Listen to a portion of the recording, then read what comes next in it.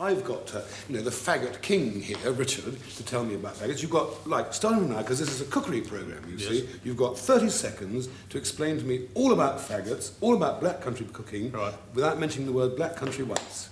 That should get him going, shouldn't it? That should be very exciting. Have a go. Yes, well, I'll try that now.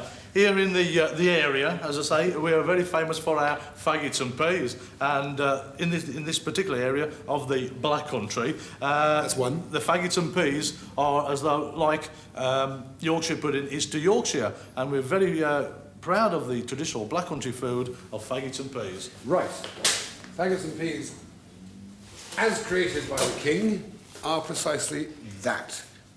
They are wonderful, wonderful things. And they're so wonderful that I'm going to have a little taste of them, if I may.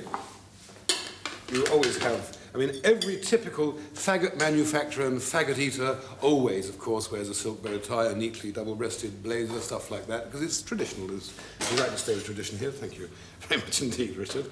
Ow! Keep going. They love it when I do things like that. You know, I had a late night last night, that's the truth of it.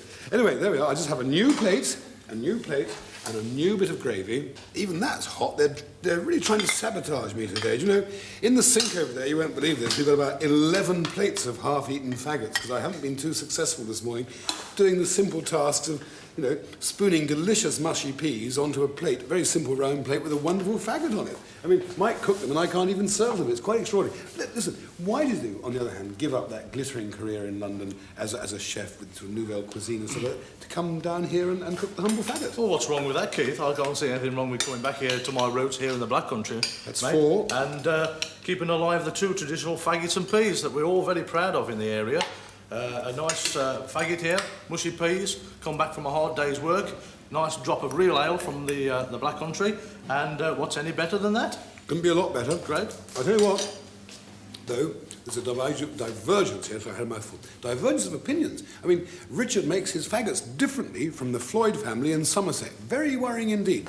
Look, dear boy, I'm sorry about this. Right. Let's pop that out of the way, would you? Yeah. So I must get down to some real work. Look, I'll explain all of this, but first of all, look at the ingredients. Richard, the caul, or they call it kell up here. This is a lovely fatty tissue which surrounds the liver. Some breadcrumbs, some lights, normally given to dogs, it shouldn't be, some liver, some onions, some heart, and some sage. Now, where I come from, this could be heresy, we take the whole of the pig's pluck, and of course a well-plucked pig leaves nothing but the squile.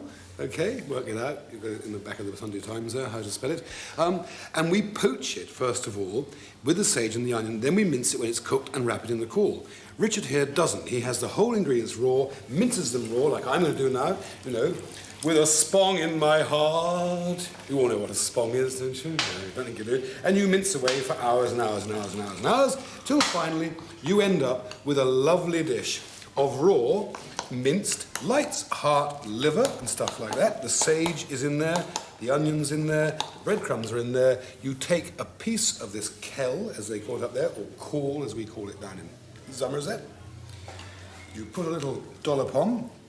Don't be afraid to use your hands. It is lovely to play with this sort of stuff. It's a bit like being a potter, I suppose, or even, if you like, a bricklayer. Sometimes I think I'm a kind of a gastronomic bricklayer. You take the ingredients, you mix them together. Oh, Richard, can you give me a dish, please? A dish there. Thank you very much indeed. You pop that in your little dish, needs no further fat. Whack it in the oven, dear boy, could you? That's very kind. And can you imagine you come home from a really hard day's work and find a room smelling of lovely hot faggots? No joke intended.